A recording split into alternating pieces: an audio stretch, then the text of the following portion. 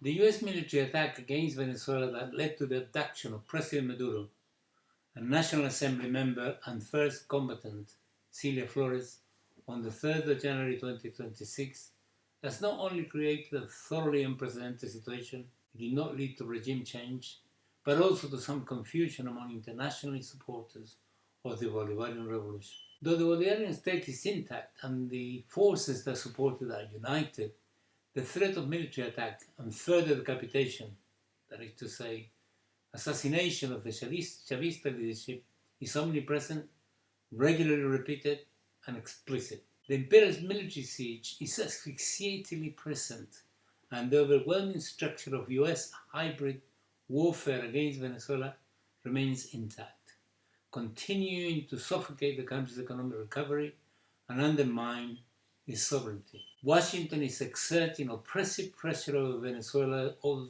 industry, its main foreign revenue earner, through sanctions, financial coercion, and domination of the world financial system.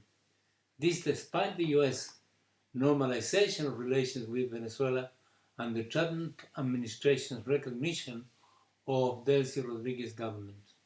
The Delcy Rodriguez government that finds itself with a metaphorical US gun pointed to its head has clearly been coerced to adopt a number of decisions and accept compromises that may have or will have negative consequences. It is crucial that we, in the international solidarity movement, focus vigorously and unequivocally on opposing US imperialist aggression and not seek to adjudicate every tactical decision made under siege conditions by the Delcy's government.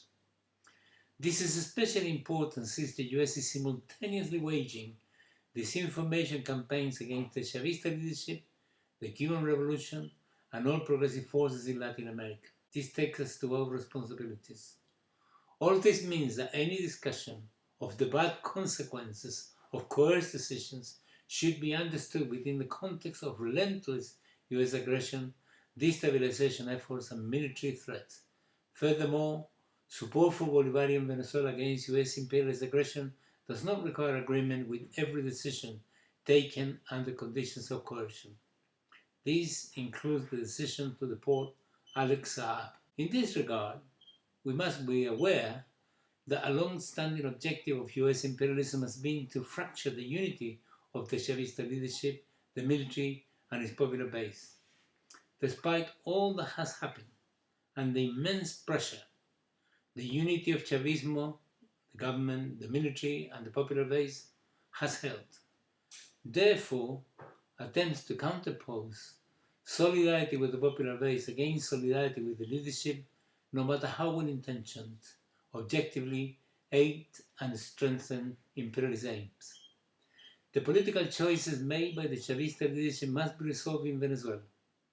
The role of internationalists is to oppose US imperialism and imperialist forces at home, not to instruct Venezuelans on how to defend their revolution. We do not know the full extent of the pressures exerted on the Venezuelan government, nor the range of alternatives realistically available under present conditions.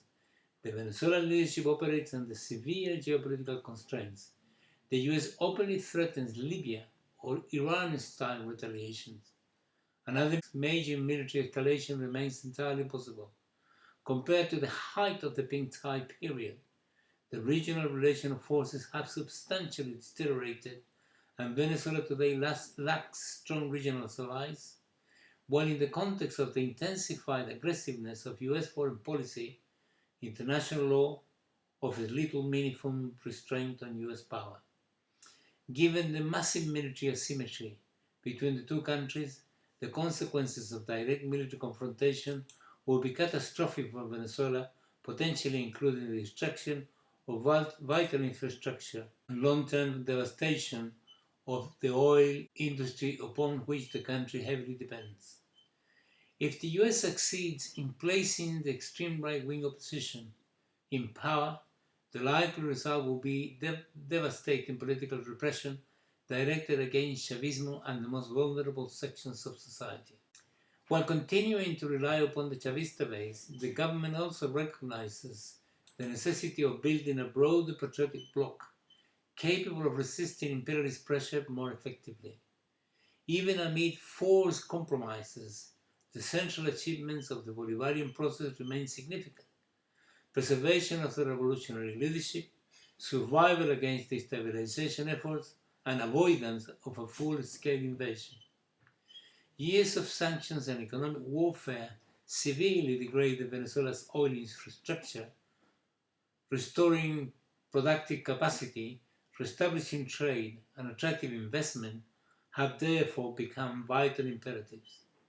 The political transitions from Chavez to Maduro to Rodriguez largely reflect changes in the international geopolitical landscape. Yet, there has remained substantial political continuity within Chavismo, evident in continued solidarity with Cuba, the vitality of the communal system, and the endurance of the revolutionary mass movement.